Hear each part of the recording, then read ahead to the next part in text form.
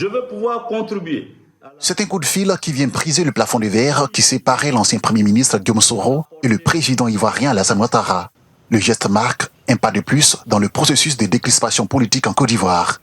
Si cette main tendue, acceptée par le pouvoir d'Abidjan, se présente comme une véritable bouffée d'oxygène dans un écosystème politique attentiste, elle ne remet pas en cause les réalités judiciaires de l'ex-président de l'Assemblée nationale.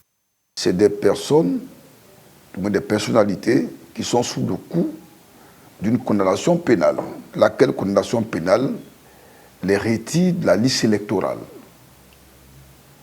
Donc, fort de cette condamnation, il ne peut pas faire acte de candidature. C'est un droit d'initiative du président de la République, à savoir un projet de loi d'amnistie.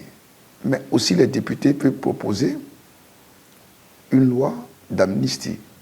On ne peut pas forcer la main à quelqu'un pour l'exercice de ses propres droits.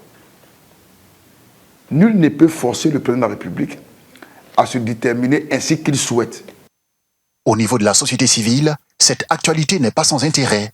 En rupture de bond depuis sa démission de l'hémicycle, l'échange téléphonique entre l'ancien Premier ministre et Alassane Ouattara est de bon augure. C'est un signe d'apaisement évident. En s'inscrivant dans la perspective d'un retour imminent à Abidjan, en tant qu'acteur politique majeur, Guillaume Soro semble prendre son avenir en main dans son pays. Lui, qui ne cache pas son rêve d'un jour diriger la Côte d'Ivoire.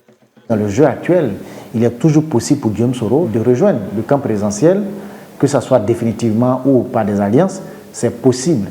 Maintenant, est-ce qu'il décide de rester avec l'opposition? Ça sera vraiment à lui d'apprécier et en fonction des perspectives que lui-même veut se donner. Mais l'essentiel pour nous, c'est qu'aujourd'hui, toutes les actions soient menées pour qu'il ait la paix et la stabilité.